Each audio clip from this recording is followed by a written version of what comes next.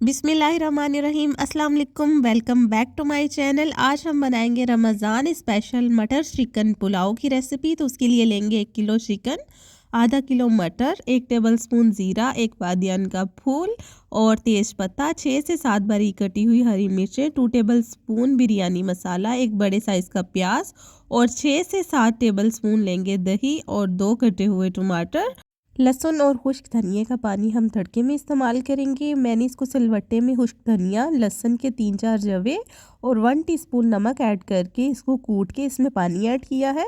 तो चलिए अब रेसिपी स्टार्ट करते हैं बनाना। ये में हाफ कप घी ऐड करेंगे और इसमें कटा हुआ प्याज डाल के इसको फ्राई कर लेंगे। जैसे ही प्याज का कलर ब्राउन हो जाए तो हमने इसमें लहसुन और खुश्क धनिए के पानी का तड़का लगाना है और इसको ढक के 2 मिनट के लिए छोड़ देना है। 2 मिनट बाद बहुत ही अच्छा प्याज अपना कलर छोड़ देगा। अब हमने इसमें चिकन ऐड करना है। चिकन ऐड करने के बाद हमने इसे बहुत अच्छे से फ्राई करना है ताकि चिकन का पानी खुश्क हो जाए। फिर इसमें कटा हुआ टमाटर और 6 से 7 अदद हरी मिर्चें कटी हुई डालेंगे, मिक्स करेंगे और चिकन की मज़ीद टमाटर के साथ भुनाई कर लेंगे। अब हम इसमें डालेंगे मटर। मटर को हमने छील लिया था, छील के अच्छे से वॉश कर लिया था। अब हम इसमें मटर ऐड करेंगे और अच्छे से मटर की भी भुनाई कर लेंगे। एक तेज़पत्ता ऐड करेंगे, दालचीनी, लौंग और मोटी इलायची, ज़ीरा, बादियान का फूल और 2 टेबलस्पून डालेंगे बिरयानी मसाला। तमाम मसाले ऐड करके हम 2 से 3 मिनट तक मसालों की अच्छी तरह से भुनाई कर लेंगे। अब ऐड करेंगे दही।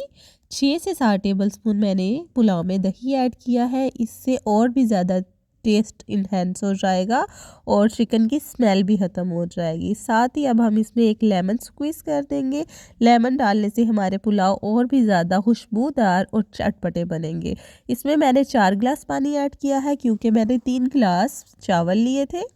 चावल को मैंने आधे घंटे के लिए भिगो दिया और अब हम इसमें एक उबाल आने पर नमक ऐड कर देंगे। नमक मैंने पहले 1 चम्मच ऐड किया था, अब मैं 3 चम्मच इसमें नमक मज़ीद ऐड कर दूंगी। भीगे हुए चावल का पानी नितार कर चावल पानी में ऐड कर देंगे और इसका कुकिंग प्रोसेस स्टार्ट करेंगे।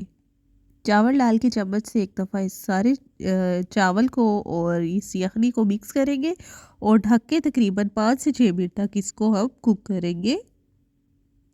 इसमें थोड़ा सा पानी था तो हमने इसको थोड़ा सा और कुक कर लिया है और पानी खुश्क होने पर हम सूखे पोने का इसको दम लगा देंगे और ऑलमोस्ट 5 से 6 मिनट में ही बहुत अच्छे ये चावल गल चुके हैं और हमारे चावल पक के तैयार हैं। तो माशाल्लाह से देखिए बहुत ही खिले खिले से चावल पक के रेडी हुए हैं। बहुत ही मज़ेदार रेसिपी है ये। आई होप आपको आज की ये रेसिपी अच्छी लगी होगी। अगर अच्छी लगी हो तो मेरे चैनल को लाइक, शेयर और सब्सक्राइब कर दें। Thank you.